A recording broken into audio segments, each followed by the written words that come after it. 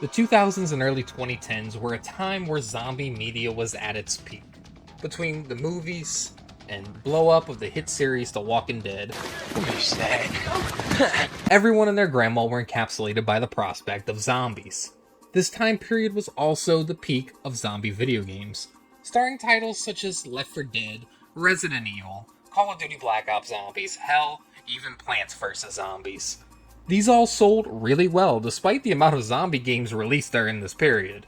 One game, though, that always stood out to me was Dead Rising. Dead Rising 1 was released by Capcom on August 8th, 2006. This game was an Xbox exclusive upon release. I can't even remember the last time Xbox had a new exclusive. Brother, But the game sold about 3 million units and has quite a bit of a cult following behind it. The game stars Frank West, a freelance photojournalist who wants to make the news great again. Upon hearing of the town of Willamette, Colorado being quarantined to the public, he decides to rent a helicopter and fly over the town to catch some exclusive pictures for the ultimate news story. During the flyover, Frank catches some unbelievable shots of what appears to be a riot. Wanting to find out exactly what is going on, Frank gets dropped off atop a rooftop of the shopping mall and requests the pilot to come back 3 days from now to pick him up. Frank soon enters the mall and sees multiple people barricaded inside the main plaza. Frank gets cucked trying to snap some shots, and then a manic old lady in the survivor group sees her ugly ass dog and absolutely manhandles 2 grown men to break the barricade and get her dog. And thus, the zombies are able to enter the mall and kill all the survivors except Frank, who manages to find an escape route thanks to a mystery man named Brad, who shows him the way to the security room of the mall. And you are formally introduced to 3 of the main characters, Fred and Jesse, who are mysterious characters that refuse to cooperate with Frank to begin the game, and Otis, who is the mall's maintenance man, who welds the door shut after Frank enters the room. And from there, you're given a walkie-talkie, a map of the mall, and the game begins. From this point on, you have pretty much full range of the mall, and this mall is surprisingly large, and full of cool and unique shops. From sporting goods stores, clothing stores, food court, a whole park, an underground tunnel system that would make Harriet Tubman blush, grocery store, movie theater, a freaking roller coaster, and so much more. It is so cool booting up the game for the first time and exploring everything in the mall.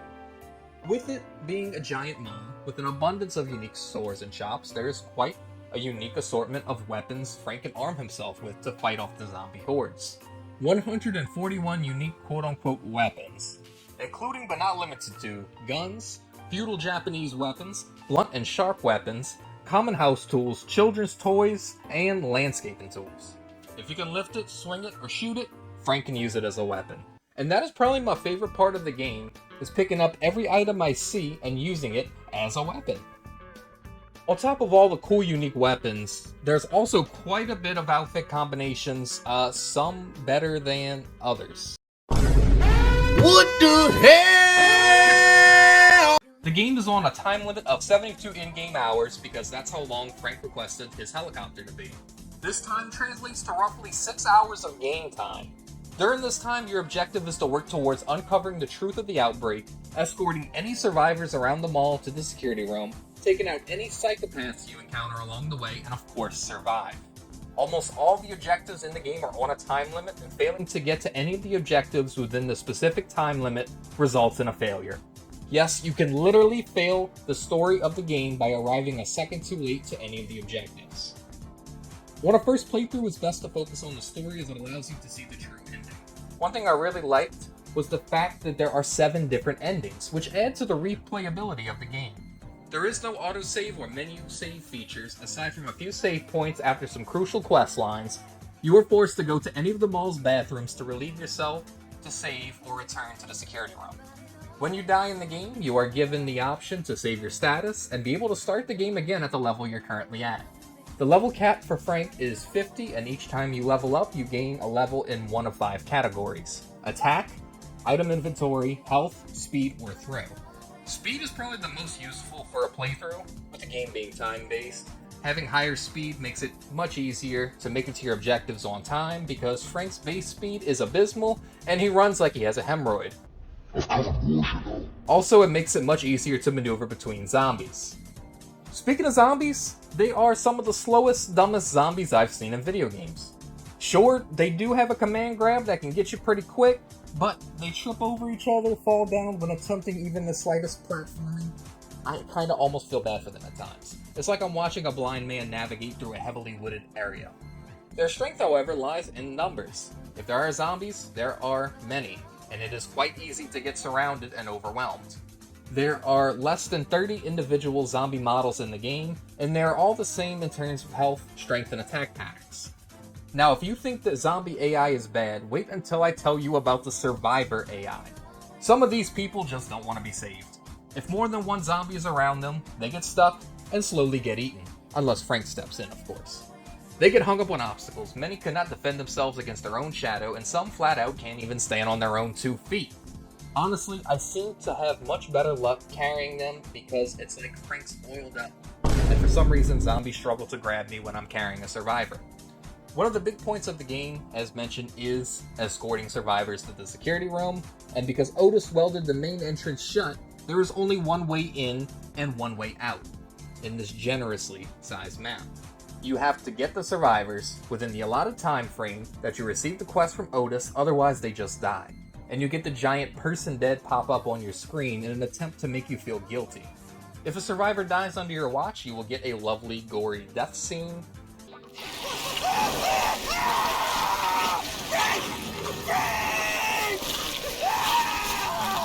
My first playthrough, I only saved about 15.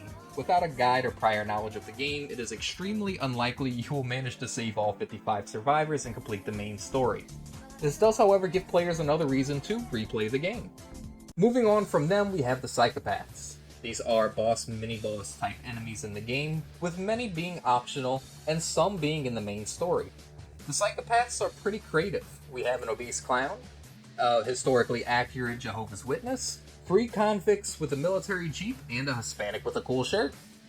Each psychopath has a badass metal heavy rock song during their fight, and it really sets the mood until you actually fight one of these guys, and your guns, bats, swords are doing little to no damage. These guys are built like brick shit houses, and you just have to chip away at these guys as you awkwardly run away. I'd be lying if I said these fights weren't fun though. It just feels weird that they're all made out of lead. With Frank being a photojournalist, his camera is actually a cornerstone of his kit. While it can't be used as a weapon, it can be used to photograph situations to gain experience points, with different categories of pictures providing XP bonuses, ranging from drama to horror to even erotica. Fantastic! The camera is a really fun tool that makes Dead Rising stand out from the other games in the zombie genre. Could you show me some pictures, Frank?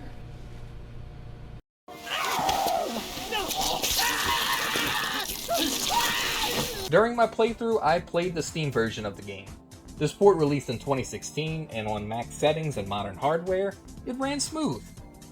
I can't recall there ever being any performance dips on the 360 either, which is impressive considering there can be literally hundreds of moving zombies on the screen at a time. I wasn't exaggerating earlier, the game will literally fill a room with zombies to the point where it's difficult to move. Graphically, this game wasn't revolutionary in any sense. It's an early 360 title. Even on max settings, there are times that it looks like an artificially upscaled PS2 game. Despite the game's flaws, I had a great time with it, and I'm not a big zombie guy. Capcom's first take on the zombie survival genre was a good one. The game has a fun, dark story, but it doesn't take itself too seriously. An awesome soundtrack, an awesome open map, and has quite a bit of replayability. I'd recommend Dead Rising 1 to anyone, regardless if they like these types of games. You won't be disappointed. And that'll do it. Thank you so much for watching. If you enjoyed, feel free to drop a like, hit that subscribe button, and ring that bell, because you really don't want to miss out. I plan to do more of these longer-ish style game review retrospective type videos in the near future. And I hope to see all of you, beautiful people, next time.